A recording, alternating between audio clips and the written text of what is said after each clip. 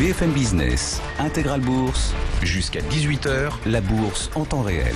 Et on reprend notre discussion sur le marché avec nos invités. En plateau, Aymeric Didet, toujours le responsable de la gestion de Pergame. Et en duplex, Romain Daubry qui nous rejoint, membre de la cellule info d'experts de Bourse Direct. Romain, comment est-ce qu'on gère la schizophrénie du moment sur le marché? C'était assez visible hier soir à Wall Street.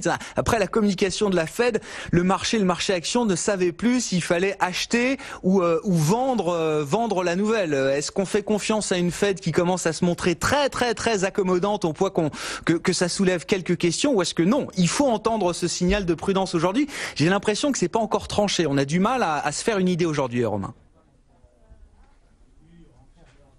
Bonjour Grégoire, bonjour à tous. C'est pas tranché, non. Et d'ailleurs, ça se traduit sur les indices, graphiquement sur les indices boursiers.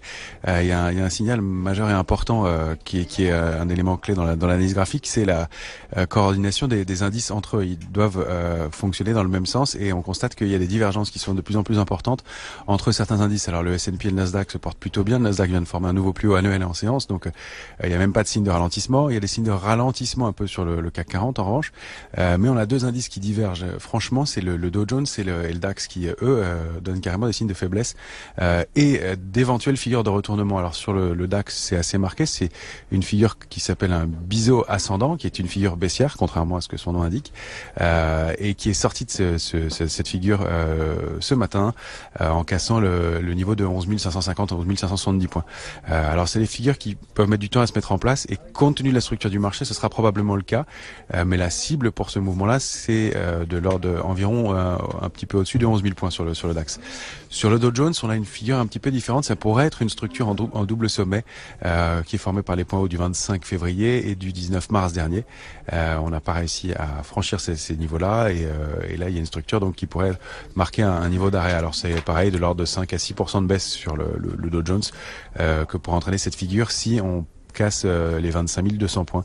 Donc aller aux alentours de 24 300 points, 24 200 points sur le Dow Jones. Voilà techniquement comment ça pourrait se dessiner, et ça pourrait entraîner un peu les autres indices qui quand même marquent des signes d'excès de plus en plus flagrants. Voilà. Maintenant, il y a dans ce mouvement de baisse là toujours les mêmes facteurs de soutien, des retardataires, des valeurs en retard. Il y a du cash, il y a des couvertures qui sont toujours importantes dans les portefeuilles, et donc pas de surprise. Et toujours les politiques ultra accommodantes des banques centrales, et comme vous le disiez, ça commence à manifestement donner des doutes parmi les investisseurs. Je crois que plus simplement, il y a une petite phase de distribution qui est en train de se mettre en place, mais elle est tellement appelée par les investisseurs. Je dois dire que j'ai rarement vu ça à ce point-là. Ça devient une arlésienne cette consolidation, Romain. Ah, exactement. À ce point-là, c'est rare. J'ai pas eu des conversations aussi consensuelles sur le sujet. Ceux qui avaient acheté au bon moment voudraient que ça baisse parce qu'ils trouvent que c'est pas raisonnable. Ceux qui n'avaient pas acheté veulent rentrer. Ceux qui sont vendeurs sont coincés et ils en peuvent plus. Et voilà. Donc il y a vraiment un consensus tel que je pense que ça va être difficile à se mettre en place. Donc je me demande si on va pas rentrer dans un scénario comme celui qu'on a connu à Paris entre mai 2017 et août 2017, où on a mis 3 mois ou presque 4 mois à perdre 8% dans un canal baissier dans lequel on oscillait de haut en bas, mais avec un biais baissier, ou le même mouvement qu'on a connu à l'été dernier, donc mai 2018 ou septembre 2018, où même chose, on a mis 4 mois à connaître un mouvement de 7% de baisse. Alors il y en a un qui s'est terminé par une accélération haussière en 2017, et en 2018 c'était différent. Donc je pense que c'est difficile de conjecturer sur ce que sera la suite du mouvement, mais qu'on ait un mouvement de consolidation de cet ordre-là, donc 5 à 6% qui mettent du temps à se mettre en place et qui soit un peu long pendant 2 ou 3 mois, ça me surprendrait pas compte tenu de la configuration graphique dans laquelle on se trouve. Voilà, il y a encore un petit potentiel aussi. On n'est pas allé chercher la cible supérieure sur l'indice parisien, 5470 points. Voilà, maintenant sous 5339, on pourrait avoir une petite accélération baissière. Il n'y a pas de danger majeur avant 5270 points, c'est l'alerte de court terme, on va dire. Et ensuite, il y a de la place pour accélérer un peu à la baisse, sans remettre en cause le mouvement haussier avant au moins 5015 points. Donc voilà, le marché pourrait consolider.